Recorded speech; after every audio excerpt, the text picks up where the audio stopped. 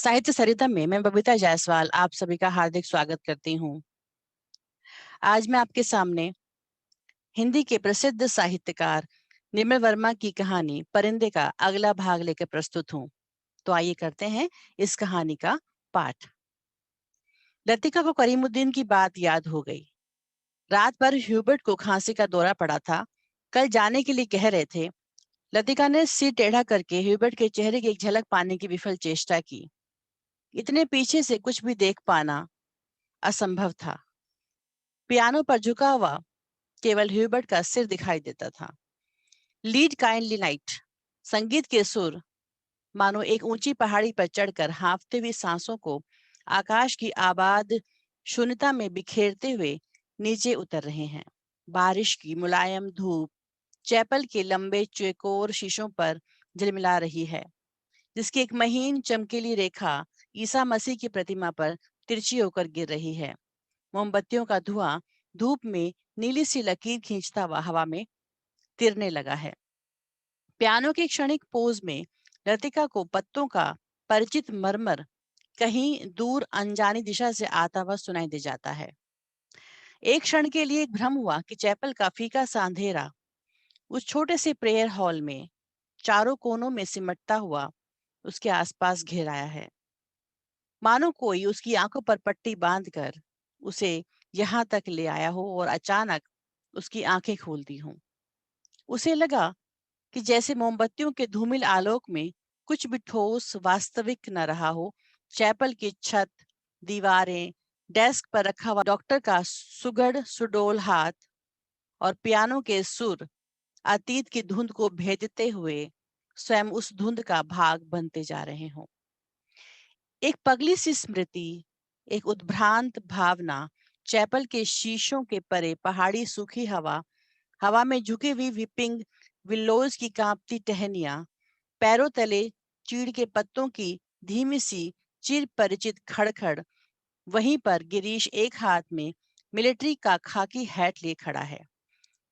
चौड़े उठे हुए सबल कंधे, अपना सिर वहीं टिका दो तो जैसे समेट कर खो जाएगा।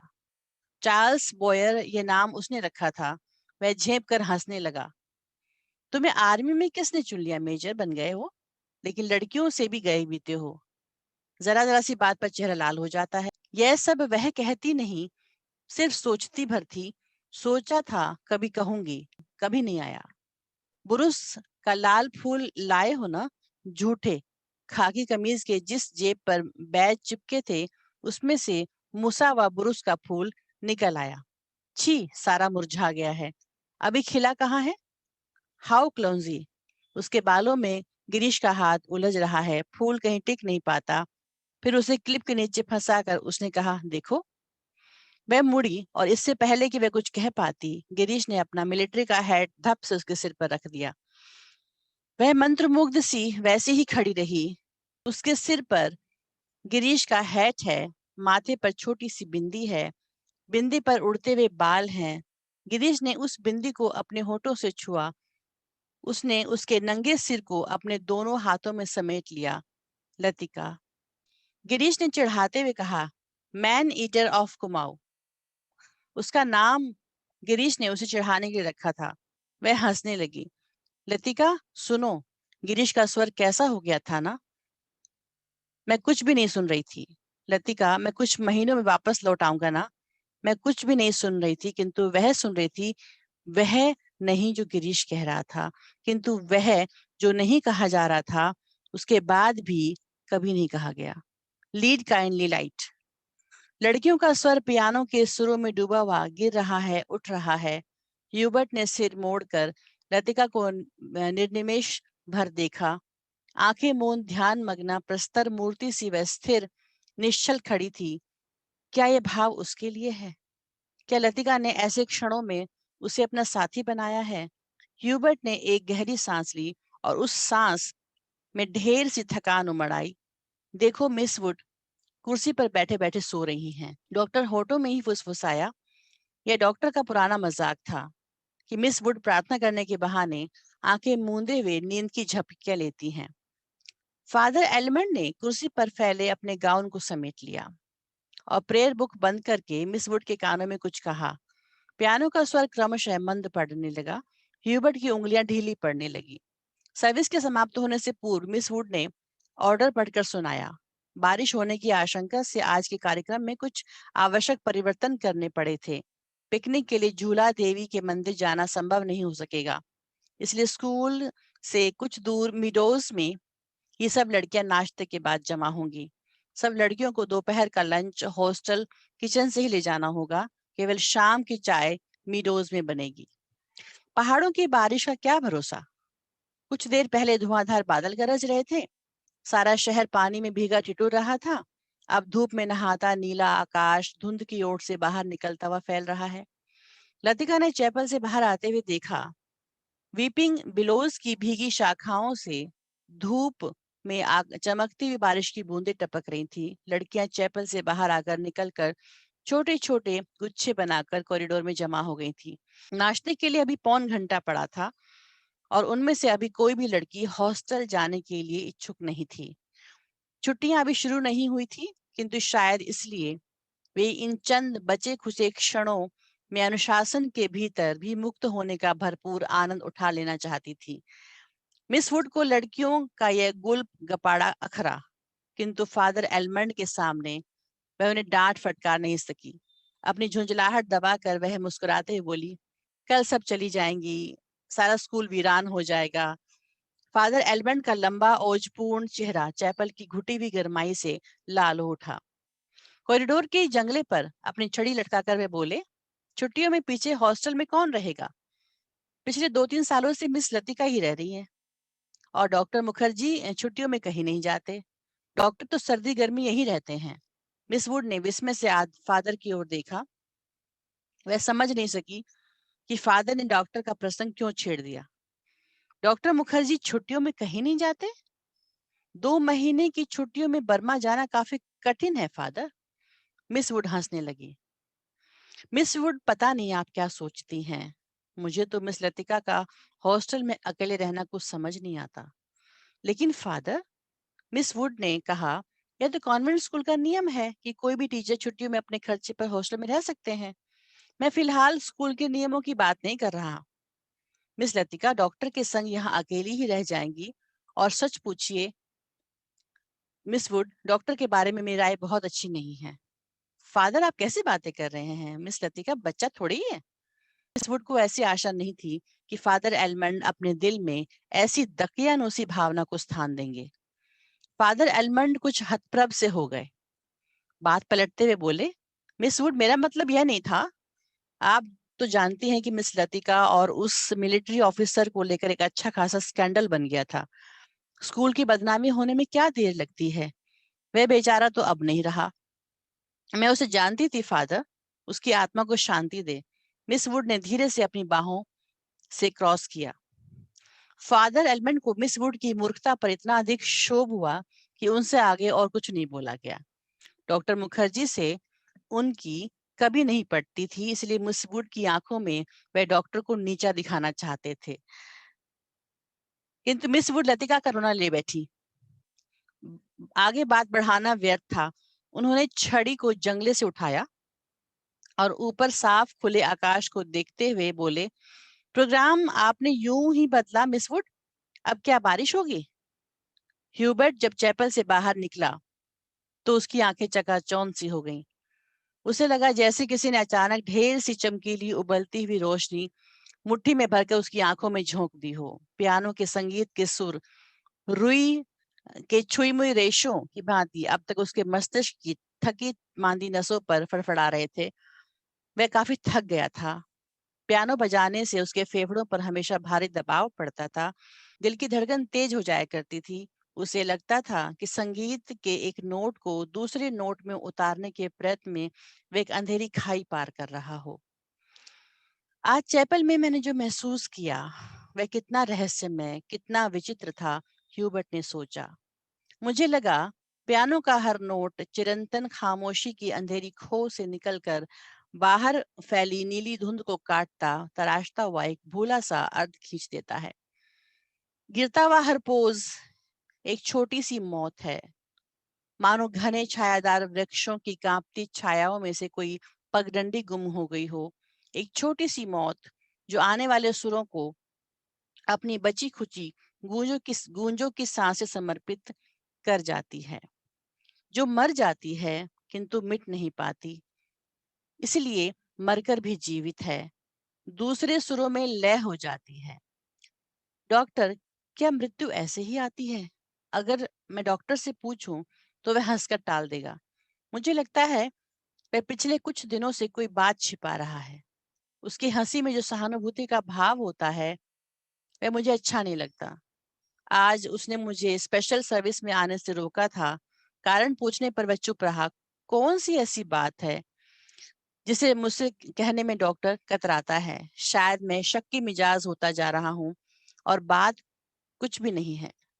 ह्यूबर्ट ने देखा लड़कियों की कतार स्कूल से हॉस्टल जाने वाली सड़क पर नीचे उतरती जा रही है। उजली धूप में उनके रंग बिरंगे रिबन, हल्की आसमानी रंग की फ्रॉकें और सफेद पैंटें चमक रही हैं। सीनियर कैम्ब्रिज की कुछ लड़कियों ने चैपल की वाटिका के गुलाब के फूलों को तोड़कर अपने बालों में लगा लिया। कंटोनमेंट के 3-4 सिपाही लड़कियों को देखते हुए अश्लील मजाक करते हुए हंस रहे हैं और कभी-कभी किसी लड़की की ओर झुककर सीटी बजाने लगते हैं। Hello mister Hubert. ह्यूबर्ट ने चौंक कर पीछे देखा। लतिका एक मोटा सा रजिस्टर बगल में दबाए खड़ी थी। आप अभी यही हैं? ह्यूबर्ट की दृष्टि लतिका पर टिकी रही। वह क्रीम रंग की पूरी बाहों की ऊनी जैकेट पहने हुए थी। कुमाऊनी लड़कियों की तरह लतिका का चेहरा गोल था। धूप की तपन से पका हुआ गेहुआ रंग कहीं कहीं गुलाबी सा हो आया था, मानो बहुत धोने पर भी गुलाल के कुछ धब्बे इधर उधर बिखरे रह गए हों। उन लड़कियों के नाम नोट करने थे जो कल जा रही हैं, सो रुकना पड़ा। आप भी तो कल जा रहे हैं ना मिस्टर हिब्बर्ट? अभी तक तो यही इरादा है, यहाँ रुककर भी क्या करूंगा? आप स्कूल की ओर जा रही हैं? चलिए। पक्की सड़क पर लड़कियों की भीड़ जमा थी, इसलिए वे दोनों पोलो ग्राउंड का चक्कर काटते हुए पगडंडी से नीचे उतरने लगे। हवा तेज हो चली। चीड़ के पत्ते हर झोंके के संग टूट टूट कर पगडंडी पर ढेर लगाते जाते थे। ह्यूबर्ट रास्ता बनाने के लिए अपनी छड़ी से उन्हें बुहार कर दोनों ओर बिखेर देता। लतिका पीछे खड़ी हुई देखती रहती। अल्मोड़ा की ओर से आते हुए छोटे छोटे बादल रेशमी रुमालों से उड़ते सूरज के मुंह पर लिपटे से जाते थे, फिर हवा में बह निकलते थे।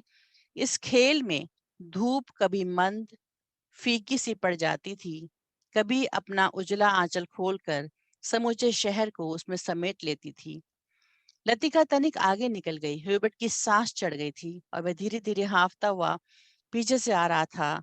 जब वे पोलो ग्राउंड के पवेलियन को छोड़कर सिमेट्री दाएं मुड़े तो लतिका ह्यूबर्ट की प्रतीक्षा करने के लिए खड़ी हो गई थी।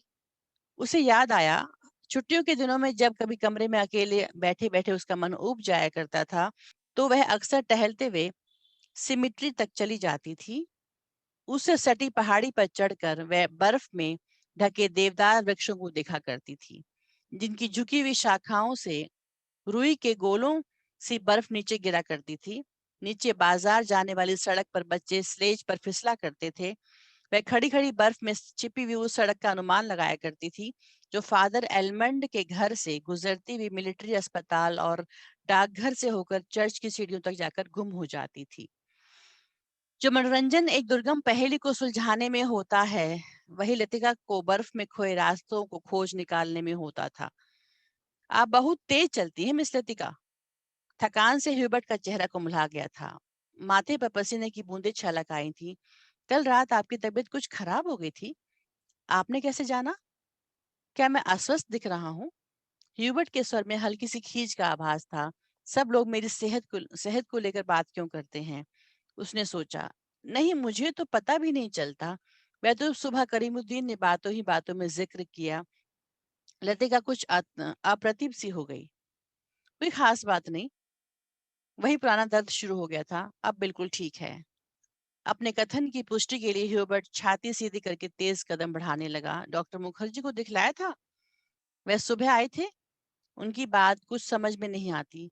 हमेशा दो बातें एक दूसरे से उल्टी कहते हैं। कहते थे कि इस बार मुझे 6-7 महीने की छुट्टी लेकर आराम करना चाहिए। लेकिन अगर मैं ठीक हूँ, तो भला इसकी क्या ज़रूरत है? ह्यूबर्ट के स्वर में व्यथा की छाया लतिका से छिपी न रह सकी। बात को टालते हुए उसने कहा, आप तो नाहक चिंता करते हैं। मिस्टर ह्यूबर्ट, आजकल मौसम बदल रहा है, अच्छे भले आदमी तक बीमार हो जाते हैं। ह्यूबर्ट का चेहरा प्रसन्नता से दमकने लगा। उसने लतिका को ध्यान से देखा। वह अपने दिल का संशय मिटाने के लिए निश्चिंत हो जाना चाहता था कि कहीं लतिका उसे केवल दिलासा देने के लिए ही झूठ तो नहीं बोल रही है। यही तो मैं सोच रहा था मिस लतिका। डॉक्टर की सलाह सुनकर मैं डर ही गया था। भला 6 महीने की छुट्टी लेकर मैं क्या करूंगा? स्कूल में तो बच्चों के संग मन लगा रहता है। सच पूछो तो दिल्ली में ये 2 महीनों की छुट्टियां काटना भी दूभर हो जाता है। मिस्टर ह्यूबर्ट, आप कल दिल्ली जा रहे हैं? लतिका चलते चलते हठात ठिठक गई। सामने पोलो ग्राउंड फैला था, जिसकी दूसरी ओर मिलिट्री की ट्रकें कंटोनमेंट की ओर जा रही थी। ह्यूबर्ट को लगा जैसे लतिका की आंखें अंधमुंदी सी खुली रह गई हैं, मानो पलकों पर एक पुराना सा भूला सा सपना सरक गया है। मिस्टर ह्यूबर्ट, आप दिल्ली जा रहे हैं? इस बार लतिका ने प्रश्न नहीं दोहराया। उसके स्वर में केवल एक असीम दूरी का भाव घिर गया। बहुत अरसा पहले मैं भी दिल्ली गई थी मिस्टर ह्यूबर्ट, तब मैं बहुत छोटी थी। न जाने कितने बरस बीत गए। हमारी मौसी का ब्याह वहीं हुआ था। बहुत सी चीजें देखी थी, लेकिन अब तो सब कुछ धुंधला सा पड़ गया है। इतना याद है कि हम कुतुब पर चढ़े थे। सबसे ऊंची मंजिल से हमने झांका था। न जाने कैसा लगा था। नीचे चलते हुए आदमी चाबी भरे हुए खिलौनों से लगते थे। हमने ऊपर से उन पर मूंगफलियां फेंकी थी, लेकिन हम बहुत निराश हुए थे क्योंकि उनमें से किसी ने हमारी तरफ देखा नहीं था। शायद माँ ने मुझे डांटा था और मैं सिर्फ नीचे झांकते हुए डर गई थी। सुना है अब तो दिल्ली इतनी बदल गई है, पहचाना नहीं जाता। वे दोनों फिर चलने लगे। हवा का वेग ढीला पड़ने लगा। उड़ते हुए बादल अब सुस्ताने से लगे थे। उनकी छायाएं नंदा देवी और पंचचूली की पहाड़ियों पर गिर रही थी। स्कूल के पास पहुंचते पहुंचते चीड़ के पेड़ छूट गए थे। कहीं कहीं पेड़ों के आसपास बुरुस के लाल लाल फूल धूप में चमक जाते थे। स्कूल तक आने में उन्होंने पोलो ग्राउंड का लंबा चक्कर लगा दिया था। मिस लतिका, आप कहीं छुट्टियों में जाती क्यों नहीं? सर्दियों में तो यहाँ सब कुछ वीरान हो जाता होगा। अब मुझे यहाँ अच्छा लगता है, लतिका ने कहा। पहले साल अकेलापन कुछ अखरा था, अब आदी हो चुकी हूँ। क्रिसमस से एक रात पहले क्लब में डांस होता है, लॉटरी डाली जाती है और रात को देर तक नाच गाना होता रहता है। नए साल के दिन कुमाऊं रेजिमेंट की ओर से परेड ग्राउंड में कार्निवल किया जाता है। बर्फ पर स्केटिंग होती है, रंग बिरंगे गुब्बारों के नीचे फौजी बैंड बजता है। फौजी अफसर फैंसी ड्रेस में भाग लेते हैं। फिर हर साल ऐसा ही होता है मिस्टर ह्यूबर्ट। फिर कुछ दिनों बाद विंटर स्पोर्ट्स के लिए अंग्रेज टूरिस्ट आते हैं। हर साल मैं उनसे परिचित होती हूँ। वापस लौटते हुए वे हमेशा वादा करते हैं कि अगले साल भी आएंगे, पर मैं जानती हूँ कि वे नहीं आएंगे। वे भी जानते हैं कि वे नहीं आएंगे। फिर भी हमारी दोस्ती में कोई अंतर नहीं पड़ता। फिर कुछ दिनों बाद पहाड़ों पर फिर बर्फ पिघलने लगती है। छुट्टियां खत्म होने लगती हैं।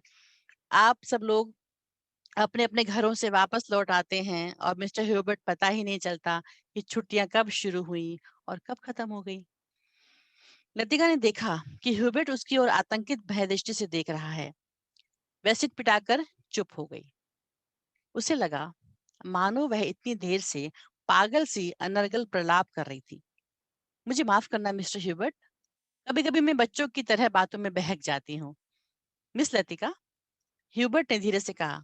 वह चलते चलते रुक गया। लतिका ह्यूबर्ट की भारी स्वर से चौंक गई थी। क्या बात है मिस्टर ह्यूबर्ट? वह पत्र, उसके लिए मैं लज्जित हूँ। आप उसे वापस लौटा दें। समझ ले मैंने कभी उसे लिखा ही नहीं था। लतिका कुछ न समझ सकी। दिग्भ्रांत सी खड़ी हुई ह्यूबर्ट के पीले उद्विग्न चेहरे को देखती रही। ह्यूबर्ट ने धीरे से लतिका के कंधे पर हाथ रख दिया। कल डॉक्टर ने मुझे सब कुछ बता दिया था। अगर मुझे पहले मालूम होता तो ह्यूबर्ट हकलाने लगा। मिस्टर ह्यूबर्ट, किंतु लतिका से आगे कुछ भी नहीं कहा गया। उसका चेहरा सफेद हो गया था। दोनों चुपचाप कुछ देर तक स्कूल के गेट के बाहर खड़े रहे। मीडोज पगडंडियों, पत्तों, छायाओं से घिरा छोटा सा द्वीप, मानो कोई घोंसला दो हरी घाटियों के बीच आ दबा हो। भीतर घुसते ही पिकनिक के काले आग से झुलस हुए पत्थर भीतर घुसते ही पिकनिक के काले आग से झुलसे हुए पत्थर, अध जली टहनियां, बैठने के लिए बिछाए गए पुराने अखबारों के टुकड़े इधर उधर बिखरे हुए दिखाई दे जाते थे। अफसर टूरिस्ट पिकनिक के लिए यहाँ आते हैं। मीडोज को बीच में काटता हुआ टेढ़ा मेढ़ा बरसाती नाला बहता है, जो दूर से धूप में चमकता हुआ सफेद रिबन सा दिखाई देता है। यहीं पर काठ के तख्तों का बना हुआ टूटा सा पुल है, जिस पर लड़कियां हिचकोले खाते हुए चल रही हैं। डॉक्टर मुखर्जी, आप तो सारा जंगल जला देंगे। मिस वुड ने अपनी ऊंची एड़ी के सैंडल से जलती हुई दिया सलाई को दबा डाला, जो डॉक्टर ने सिगार सुलगाकर चीड़ के पत्तों के ढेर पर फेंक दी थी। वे नाले से कुछ दूर हटकर चीड़ के दो पेड़ों से गुथी हुई छाया के नीचे बैठे थे। उनके सामने एक छोटा सा रास्ता नीचे पहाड़ी गांव की ओर जाता था, जहां पहाड़ की गोद में शक्कर पारों के खेत एक दूसरे के नीचे बिछे हुए थे। दोपहर के सन्नाटे में भेड़ बकरियों के गलों में बंधी हुई घंटियों का स्वर हवा में बहता हुआ सुनाई दे जाता था। घास पर लेटे लेटे डॉक्टर सिगार पीते रहे। जंगल की आग कभी देखी है, मिस वुड? एक अलमस्त नशे की तरह धीरे धीरे फैलती जाती है।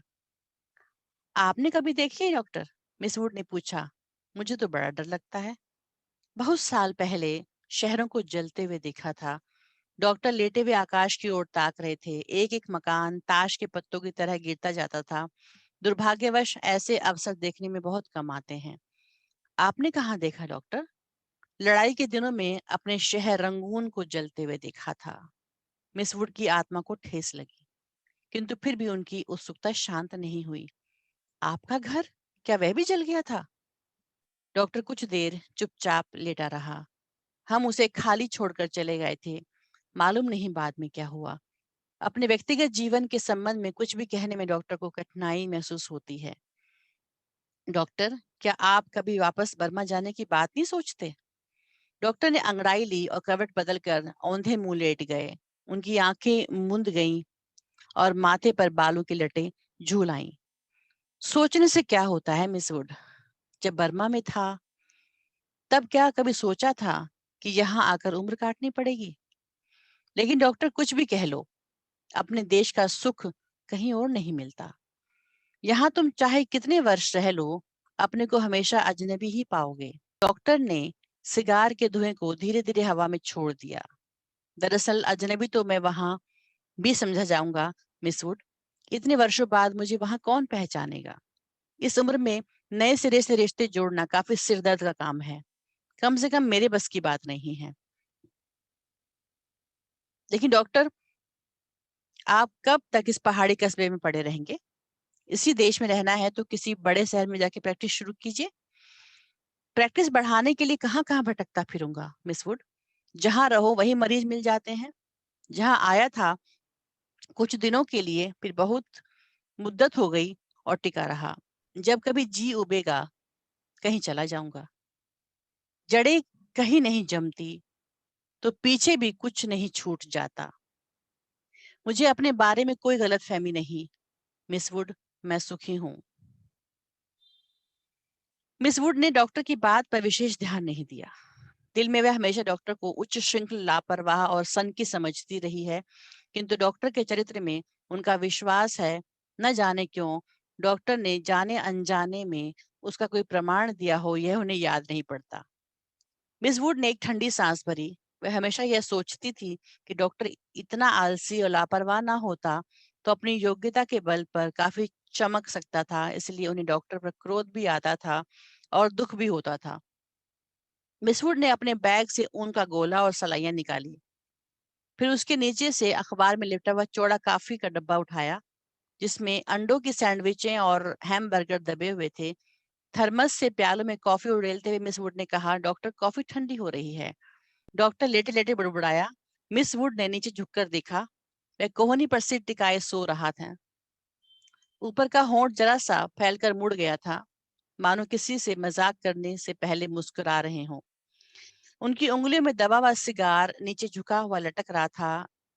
मेरी मेरी व्हाट डू यू वांट? दूसरे स्टैंडर्ड में पढ़ने वाली मेरी ने अपनी चंचल चपल आंखें ऊपर उठाई। लड़कियों का दायरा उसे घेरे हुए कभी पास आता, कभी दूर खींचता चला जाता। आई वॉन्ट ब्लू, दोनों हाथों को हवा में घुमाते हुए मेरी चिल्लाई। दायरा पानी की तरह टूट गया। सब लड़कियां एक दूसरे पर गिरती पड़ती किसी नीली वस्तु को छूने के लिए भागदौड़ करने लगी। लंच समाप्त हो चुका था। लड़कियों के छोटे छोटे दल मीडोज में बिखर गए थे। ऊंची क्लास की कुछ लड़कियां चाय का पानी गर्म करने के लिए पेड़ों पर चढ़कर सूखी टहनियां तोड़ रही थी। दोपहर की उस घड़ी में मीडोज अलसाया, ऊँघता सा जान पड़ा। हवा का कोई भूला भटका झोंका, चीड़ के पत्ते खड़खड़ा उठते, कभी कोई पक्षी अपनी सुस्ती मिटाने झाड़ियों से उड़कर नाले के किनारे बैठ जाता, पानी में सिर डुबोता था, फिर ऊब कर हवा में दो चार निरुद्देश्य चक्कर काट कर दोबारा झाड़ियों में दुबक जाता था। किंतु जंगल की खामोशी शायद कभी चुप नहीं रहती। गहरी नींद में डूबी सपनों से कुछ आवाजें नीरवता के हल्के झीने पर्दे पर सिलवटें बिछा जाती, मूक लहरों से हवा में तैरती, मानो कोई दबे पांव अदृश्य संकेत कर जाता है। देखो मैं यहाँ हूँ, लतिका ने जूली के बॉब हेयर को सहलाते हुए कहा। तुम्हें कल रात बुलाया था? मैडम मैं गई थी, आप अपने कमरे में नहीं थी। लतिका को याद आया कि रात वह डॉक्टर के कमरे के टेरेस पर देर तक बैठी रही थी और भीतर ह्यूबर्ट पियानो पर शोपा का नॉक्टर्न बजा रहा था। जूली तुमसे कुछ पूछना था। उसे लगा वह जूली की आंखों से अपने को बचा रही है। जूली ने अपना चेहरा ऊपर उठाया। उसकी भूरी आंखों से कौतूहल झांक रहा था। तुम ऑफिसर्स मेस में किसी को जानती हो? जूली ने अनिश्चित भाव से सिर हिलाया। लतिका कुछ देर तक जूली को अपलक घूरती रही। जूली मुझे विश्वास है तुम झूठ नहीं बोलोगी। कुछ क्षण पहले जूली की आंखों में जो कौतूहल था वह भय में से परिणत होने लगा। लतिका ने अपनी जैकेट की जेब से एक नीला लिफाफा निकालकर जूली की गोद में फेंक दिया। यह किसकी चिट्ठी है? जूली ने लिफाफा उठाने के लिए हाथ बढ़ाया, किंतु फिर एक क्षण के लिए उसका हाथ कांप कर ठिठक गया। लिफाफे पर उसका नाम और हॉस्टल का पता लिखा हुआ था। थैंक यू मैडम, मेरे भाई का पत्र है, वे झांसी में रहते हैं। जूली ने घबराहट में लिफाफे को अपने स्कर्ट की तहों में छिपा लिया। जूली, जरा मुझे लिफाफा दिखलाओ। लतिका का स्वर कर्कश सा हो गया था। जूली ने अनमने भाव से लतिका को पत्र दे दिया। तुम्हारे भाई झांसी में रहते हैं? जूली इस बार कुछ नहीं बोली। उसकी उद्भ्रांत उखड़ी सी आंखें लतिका को देखती रही।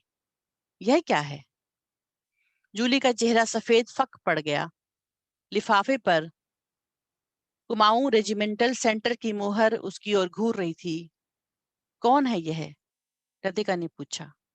उसने पहले भी हॉस्टल में उड़ती हुई अफवाह सुनी थी कि जूली को क्लब में किसी मिलिट्री अफसर के संग देखा गया था, किंतु ऐसी अफवाहें अक्सर उड़ती रहती थीं और उसने उन पर विश्वास नहीं किया था। जूली तुम अभी बहुत छोटी हो। जूली के होंठ कांपे, उसकी आंखों में निरी ही याचना का भाव घिराया। अच्छा अभी जाओ, तुमसे छुट्टियों के बाद बातें करूंगी। जूली ने ललचाई दृष्टि से लिफाफे की ओर देखा, कुछ बोलने को उद्यत हुई, फिर बिना कुछ कहे चुपचाप वापस लौट गई। लतिका देर तक जूली को देखती रही, जब तक वह आंखों से ओझल नहीं हो गई। क्या मैं किसी खूसट बुढ़िया से कम हूं? अपने अभाव का बदला क्या मैं दूसरों से ले रही हूँ? शायद कौन जाने, शायद जूली का यह प्रथम परिचय हो उस अनुभूति से जिसे कोई भी लड़की बड़े चाव से संजो कर संभाल कर अपने में छिपाए रहती है। एक अनिर्वचनीय सुख जो पीड़ा लिए है, पीड़ा और सुख को डुबोती हुई उमड़ते ज्वार की खुमारी जो दोनों को अपने में समो लेती है। एक दर्द जो आनंद से उपजा है और पीड़ा देता है। यही इसी देवदार के नीचे उसे भी यही लगा था। जब गिरीश ने पूछा था, तुम चुप क्यों हो? मैं आंखें मूंद सोच रही थी। सोच कहाँ रही थी, जी रही थी उस क्षण को जो भय और विस्मय के बीच बेचा सा बहका सा पागल क्षण है। वह अभी पीछे मुड़ेगी तो गिरीश की नर्वस मुस्कुराहट दिखाई दे जाएगी। उस दिन से आज दोपहर तक का अतीत एक दुख स्वप्न की मानिंद टूट जाएगा। वही देवदार है जिस पर उसने अपने बालों के क्लिप से गिरीश का नाम लिखा था। पेड़ की छाल उतरती नहीं थी, क्लिप टूट टूट जाता था, तब गिरीश ने अपने नाम के नीचे उसका नाम लिखा था। जब कभी कोई अक्षर बिगड़ कर टेढ़ा मेढ़ा हो जाता था, तब वह हंसती थी और गिरीश का कांपता हाथ और भी कांप जाता था। लतिका को लगा कि जो वह याद करती है वही भूलना भी चाहती है, लेकिन जब सचमुच भूलने लगती है तब उसे भय लगता है कि जैसे कोई उसकी चीज को उसके हाथों से छीने लिए जा रहा है, ऐसा कुछ जो सदा के लिए खो जाएगा। बचपन में जब कभी वे अपने किसी खिलौने को खो देती थी तो वह गुमसुम सी होकर सोचा करती थी, कहाँ रख दिया मैंने। जब बहुत दौड़ धूप करने पर खिलौना मिल जाता तो वह बहाना करती कि अभी उसे खोज ही रही है, कि वह अभी मिला नहीं है। जिस स्थान पर खिलौना रखा होता जानबूझकर उसे छोड़कर घर के दूसरे कोने में उसे खोजने का उपक्रम करती। तब खोई हुई चीज याद रहती, इसलिए भूलने का भय नहीं रहता था। आज वह उस बचपन के खेल का बहाना क्यों नहीं कर पाती है। उसे शायद याद करने का बहाना जो भूलता जा रहा है। दिन महीने बीत जाते हैं और वह उलझी रहती है। अनजाने में गिरीश का चेहरा धुंधला पड़ जाता है। याद वह करती है, किंतु जैसे किसी पुरानी तस्वीर के धूल भरे शीशे को साफ कर रही हो। अब वैसा दर्द नहीं होता, सिर्फ उसको याद करती है जो पहले कभी होता था। तब उसे अपने पर ग्लानि होती है। फिर वह जानबूझकर उस घाव को कुरेदती है जो भरता जा रहा है, खुद ब खुद उसकी कोशिशों के बावजूद भरता जा रहा है। देवदार पर खुदे हुए अधमिटे नाम लतिका की ओर निस्तब्ध निरीभाव से निहार रहे थे। मीडोज के घने सन्नाटे में नाले पार से खेलती हुई लड़कियों की आवाजें गूंज जाती थी। What do you want, what do you want. तितलियां, झिंगुर, जुगनू मीडोज पर उतरती हुई सांझ की छायाओं में पता नहीं चलता कौन किसकी आवाज है। दोपहर के समय जिन आवाजों को अलग अलग पहचाना जा सकता था, अब वे एक स्वरता की अविरल धारा में धुल गई थी। घास से अपने पैरों को पोंछता हुआ कोई रेंग रहा है। झाड़ियों की झुरमुट से पैरों को फड़फड़ाता कोई झपट कर कोई ऊपर से उड़ जाता है, किंतु ऊपर देखो तो कहीं कुछ भी नहीं है। मीडोज के झरने का गड़गड़ाता स्वर जैसे अंधेरी सुरंग में झपाटे से ट्रेन गई हो और देर तक उसमें सीटियों और पहियों की चीत्कारें गूंजती रही हों। पिकनिक कुछ देर और चलती, किंतु बादलों की तहें एक दूसरे पर चढ़ती जा रही थी। पिकनिक का सामान बटोरा जाने लगा। मीडोज के चारों ओर बिखरी हुई लड़कियां मिस वुड के इर्द गिर्द जमा होने लगी। अपने संग वे अजीबोगरीब चीजें बटोर लाई थी। कोई किसी पक्षी के टूटे पंख को बालों में लगाए हुए थी, किसी ने पेड़ की टहनी को चाकू से छीलकर छोटी सी बेंत बना ली थी। ऊंची क्लास की लड़कियों ने अपने अपने रुमालों में नाले से पकड़ी हुई छोटी छोटी बलिष्ठ भर की मछलियों को दबा रखा था, जिन्होंने मिस वुड से छिपकर वे एक दूसरे को दिखा रही थी। मिस वुड लड़कियों की टोली के संग आगे निकल गई थी। मीरोज से पक्की सड़क तक 3-4 फरलांग की चढ़ाई थी। लतिका हांफने लगी। डॉक्टर मुखर्जी सबसे पीछे आ रहे थे। लतिका के पास पहुंचकर वह ठिठक गए। डॉक्टर ने दोनों घुटनों को जमीन पर टेकते हुए सिर झुका करके एलिजाबेथ यूगिन अंग्रेजी में कहा, मैडम आप इतनी परेशान क्यों नजर आ रही हैं।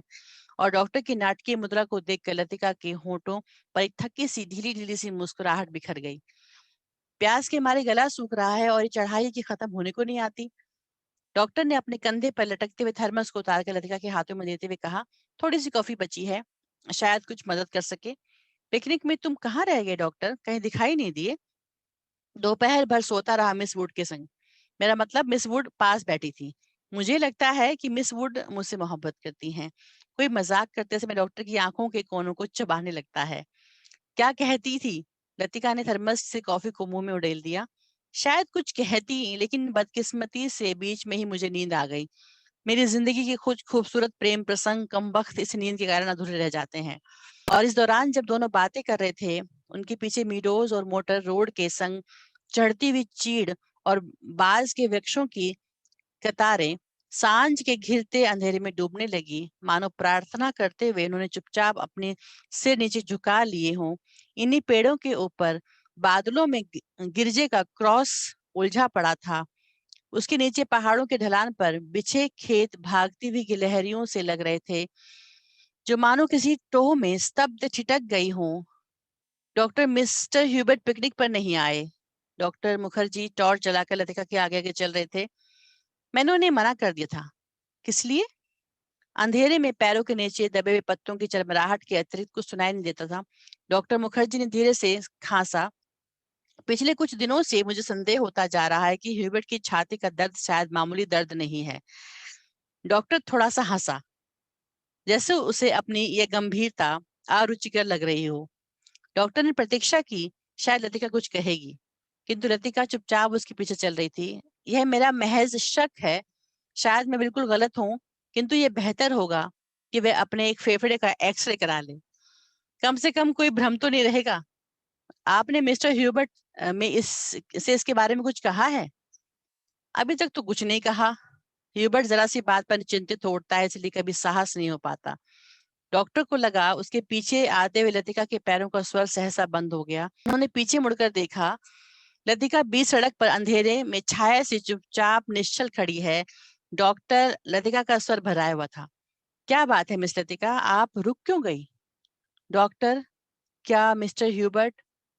डॉक्टर ने अपनी टार्च की मध्यम रोशनी लतिका पर उठा दी। उसने देखा लतिका का चेहरा एकदम पीला पड़ गया है और वह रह रहकर पत्ते सी कांप जाती है। मिस लतिका, क्या बात है? आप तो बहुत डरी सी जान पड़ती हैं। कुछ नहीं डॉक्टर, मुझे कुछ याद आ गया था। वे दोनों फिर चलने लगे। कुछ दूर जाने पर उनकी आंखें ऊपर उठ गई। पक्षियों का एक बेड़ा धूमिल आकाश में त्रिकोण बनाता हुआ पहाड़ों के पीछे से उनकी ओर आ रहा था। लतिका और डॉक्टर सिर उठाकर इन पक्षियों को देखते रहे। लतिका को याद आया, हर साल सर्दी की छुट्टियों से पहले ये परिंदे मैदानों की ओर उड़ते जाते हैं। कुछ दिनों के लिए बीच के इस पहाड़ी स्टेशन पर बसेरा करते हैं, प्रतीक्षा करते हैं बर्फ के दिनों की, जब वे नीचे अजनबी देशों में उड़ जाएंगे। क्या वे सब भी प्रतीक्षा कर रहे हैं? वह डॉक्टर मुखर्जी, मिस्टर ह्यूबर्ट, लेकिन कहाँ के लिए? हम कहाँ जाएंगे? किंतु उसका कोई उत्तर नहीं मिला। उस अंधेरे में मीडोज के झरने के भूतैले स्वर और चीड़ के पत्तों की सरसराहट के अतिरिक्त कुछ सुनाई नहीं दिया। लतिका हड़बड़ाकर चौंक गई। अपनी छड़ी पर झुका हुआ डॉक्टर धीरे धीरे सीटी बजा रहा था। मिस लतिका, जल्दी कीजिए, बारिश शुरू होने वाली है।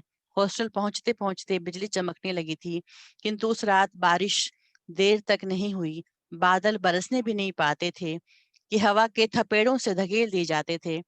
दूसरे दिन तड़के ही बस पकड़नी थी, इसलिए डिनर के बाद लड़कियां सोने के लिए अपने अपने कमरों में चली गई थी। जब लतिका अपने कमरे में गई तो उस समय कुमाऊं रेजिमेंट सेंटर का बिगुल बज रहा था। उसके कमरे में करीमुद्दीन कोई पहाड़ी धुन गुनगुनाता हुआ लैंप में गैस पंप कर रहा था।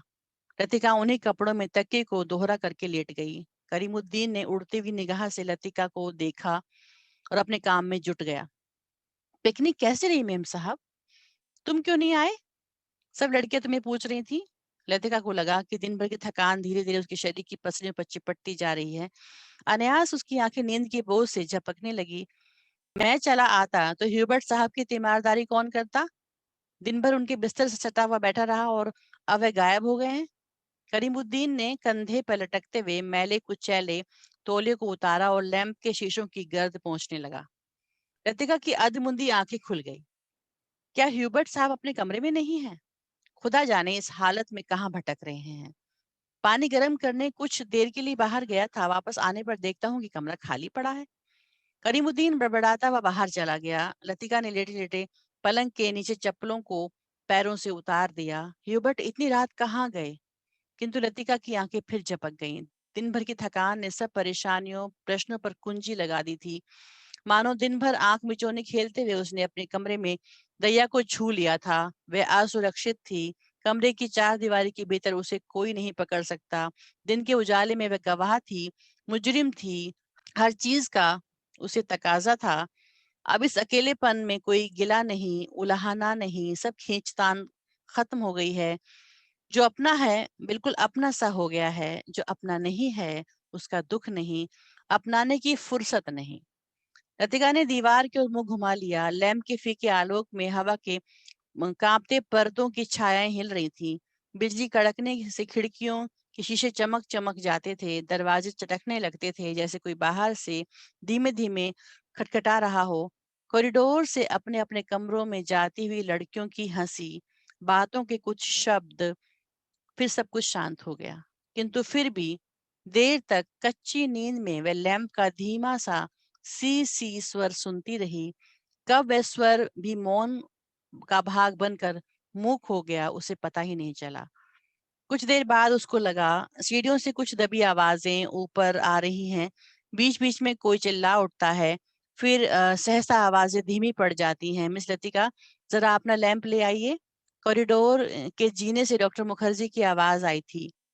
कॉरिडोर में अंधेरा था। वह 3-4 सीढ़ियाँ नीचे उतरी, लैंप नीचे किया। सीढ़ियों से सटे जंगले पर ह्यूबर्ट ने अपना सिर रख दिया था। उसकी एक बाँह जंगले के नीचे लटक रही थी और दूसरी डॉक्टर के कंधे पर झूल रही थी, जिसे डॉक्टर ने अपने हाथों में जकड़ रखा था। मिस लतिका, लैंप ज़रा और नीचे झुका दीजिए। Hubert, Hubert. डॉक्टर ने ह्यूबर्ट को सहारा देकर ऊपर खींचा। ह्यूबर्ट ने अपना चेहरा ऊपर किया। विस्की की तेज बू का झोंका लतिका के शरीर को झंझोड़ गया। ह्यूबर्ट की आंखों में सुर्ख डोरे खिंचाए थे। कमीज का कॉलर उल्टा हो गया था और टाई की गांठ ढीली होकर नीचे खिसक आई थी। लतिका ने कांपते हाथों से लैंप सीढ़ियों पर रख दिया और आप दीवार के सहारे खड़ी हो गई। उसका सिर चकराने लगा था। In a back lane of the city there is a girl who loves me. Hubert हिचकियों के बीच गुनगुना उठता था। Hubert, please please. डॉक्टर ने ह्यूबर्ट के लड़खड़ाते शरीर को अपनी मजबूत गिरफ्त में ले लिया। मिस लतिका, आप लैंप लेकर आगे चलिए। लतिका ने लैंप उठाया। दीवार पर उन तीनों की छायाएं डगमगाने लगी। In a back lane of the city there is a girl who loves me. Hubert doctor Mukherjee के कंधे पर सिर टिकाए अंधेरी सीढ़ियों पर उल्टे सीधे पैर रखता चढ़ रहा था। डॉक्टर, हम कहाँ हैं? ह्यूबर्ट सहसा इतनी जोर से चिल्लाया कि उसकी लड़खड़ाती आवाज सुनसान अंधेरे में कॉरिडोर की छत से टकराकर देर तक हवा में गूंजती रही। ह्यूबर्ट! डॉक्टर को एकदम ह्यूबर्ट पर गुस्सा आया। फिर अपने गुस्से पर ही उसे खींच सी हो आई और वह ह्यूबर्ट की पीठ थपथपाने लगा। कुछ बात नहीं ह्यूबर्ट, डियर, तुम सिर्फ थक गए हो। ह्यूबर्ट ने अपनी आंखें डॉक्टर पर गड़ा दी। उनमें एक भयभीत बच्चे की सी कातरता झलक आई, मानो डॉक्टर के चेहरे से वह किसी प्रश्न का उत्तर पा लेना चाहता हो। ह्यूबर्ट के कमरे में पहुंचकर डॉक्टर ने उसे बिस्तर पर लिटा दिया। ह्यूबर्ट ने बिना किसी विरोध के चुपचाप जूते मोजे उतरवा लिए। जब डॉक्टर ह्यूबर्ट की टाई उतारने लगा तो ह्यूबर्ट अपनी कोहनी के सहारे उठा। कुछ देर तक डॉक्टर को आंखें फाड़ते हुए घूरता रहा। फिर धीरे से उसका हाथ पकड़ लिया। डॉक्टर, क्या मैं मर जाऊंगा? कैसी बात करती हो ह्यूबर्ट? डॉक्टर ने हाथ छुड़ाकर धीरे से ह्यूबर्ट का सिर तकिए पर टिका दिया। Good night Hubert, good night. Hubert ने करवट ली थी। Good night mister Hubert. Latika का स्वर सिहर गया, किंतु ह्यूबर्ट ने कोई उत्तर नहीं दिया। करवट बदलते ही उसे नींद आ गई थी। कॉरिडोर में वापस आकर डॉक्टर मुखर्जी रेलिंग के सामने खड़े हो गए थे। हवा के तेज झोंकों से आकाश में फैले बादलों की परतें जब कभी इकहरी हो जाती, तब उनके पीछे से चांदनी बुझती हुई सी आग के धुएं की आसपास की पहाड़ियों पर फैल जाती। आपको मिस्टर ह्यूबर्ट कहाँ मिले? लतिका कॉरिडोर के दूसरे कोने में रेलिंग पर झुकी हुई थी। क्लब के बार में उन्हें देखा था। मैं न पहुंचता तो न जाने कब तक बैठे रहते। डॉक्टर मुखर्जी ने सिगरेट जलाई। उन्हें अभी 1-2 मरीजों के घर जाना था। कुछ देर तक उन्हें टाल देने के इरादे से वे कॉरिडोर में खड़े रहे। नीचे अपने क्वार्टर में बैठा हुआ करीमुद्दीन माउथ ऑर्गन पर कोई पुरानी फिल्मी धुन गुनगुना रहा था। आज दिन भर बादल छाए रहे, लेकिन खुलकर बारिश नहीं हुई। क्रिसमस तक शायद मौसम ऐसा ही रहेगा। कुछ देर तक दोनों चुपचाप खड़े रहे। कॉन्वेंट स्कूल के बाहर फैले लॉन से झिंगुरों का अनवरत स्वर चारों ओर फैली निस्तब्धता को और भी घना बना रहा था। कभी-कभी ऊपर मोटर रोड पर किसी कुत्ते की डिडियाहट सुनाई पड़ जाती थी। डॉक्टर, कल रात आपने मिस्टर ह्यूबर्ट से कुछ कहा था मेरे बारे में। वही जो सब लोग जानते हैं, और ह्यूबर्ट जिसे जानना चाहिए था, वह नहीं जानता था। डॉक्टर ने लतिका की ओर देखा। वह जड़वत अविचलित रेलिंग पर झुकी हुई थी। वैसे हम सबकी अपनी अपनी जिद होती है। कोई छोड़ देता है, कोई आखिर तक उससे चिपका रहता है। डॉक्टर मुखर्जी अंधेरे में मुस्कुराए। उनकी मुस्कुराहट में सूखा सा विरक्ति का भाव भरा था। कभी कभी मैं सोचता हूँ मिस लतिका, किसी चीज को न जानना यदि गलत है तो जानबूझकर ना भूल पाना, हमेशा जोंक की तरह उससे चिपटे रहना, यह भी गलत है। बर्मा से आते हुए मेरी पत्नी की मृत्यु हुई थी। मुझे अपनी जिंदगी बेकार सी लगी थी। आज इस बात को अरसा गुजर गया और जैसा आप देखती हैं, मैं जी रहा हूँ। उम्मीद है काफी अरसा और जीऊंगा। जिंदगी काफी दिलचस्प लगती है और यदि उम्र की मजबूरी ना होती, तो शायद मैं दूसरी शादी करने में भी ना हिचकता। इसके बावजूद कौन कह सकता है कि मैं अपनी पत्नी से प्रेम नहीं करता था? आज भी करता हूँ। लेकिन डॉक्टर, लतिका का गला रुंधाया। क्या मिस लतिका? डॉक्टर, सब कुछ होने के बावजूद वह क्या चीज है जो हमें चलाए चलती है? हम रुकते हैं तो भी अपने रेले में हमें घसीट ले जाती है। लतिका को लगा कि वह जो कहना चाह रही है, कह नहीं पा रही है। जैसे अंधेरे में कुछ खो गया है जो मिल नहीं पा रहा, शायद कभी नहीं मिल पाएगा। यह तो आपको फादर एलमंड ही बता सकेंगे, मिस लतिका। डॉक्टर की खोखली हंसी में उसका पुराना सनकीपन उभर गया था।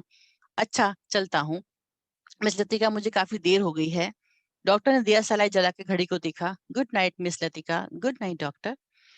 डॉक्टर के जाने पर लतिका कुछ देर तक अंधेरे में रेलिंग से सटी खड़ी रही। हवा चलने से कॉरिडोर में जमा हुआ कोहरा सिहर उठता था। शाम को सामान बांधते हुए लड़कियों ने अपने अपने कमरे के सामने जो पुरानी कॉपियां, अखबारों और रद्दी के ढेर लगा दिए थे, वे सब अब अंधेरे कॉरिडोर में हवा के झोंकों से इधर उधर बिखरने लगे थे। लतिका ने लैंप उठाया और अपने कमरे की ओर जाने लगी। कॉरिडोर में चलते हुए उसने देखा, जूली के कमरे में प्रकाश की एक पतली रेखा दरवाजे के बाहर खिंच आई है। लतिका को कुछ याद आया। वह कुछ क्षणों तक सांस रोक के जूली के कमरे के बाहर खड़ी रही। कुछ देर बाद उसने दरवाजा खटखटाया। भीतर से कोई आवाज नहीं आई। लतिका ने दबे पांवों से हल्का सा धक्का दिया। दरवाजा खुल गया। जूली लैंप बुझाना भूल गई थी। लतिका धीरे धीरे दबे पांव जूली के पलंग के पास चली गई। जूली का सोता हुआ चेहरा लैंप के फीके आलोक में पीला सा दिख रहा था। लतिका ने अपनी जेब से वही नीला लिफाफा निकाला और उसे धीरे से जूली के तकिए के नीचे दबाकर रख दिया। यह थी परिंदे कहानी। इसका पाठ अभी आपने 2 भागों में सुना। अब आपसे विदा लेती हूँ। नमस्कार।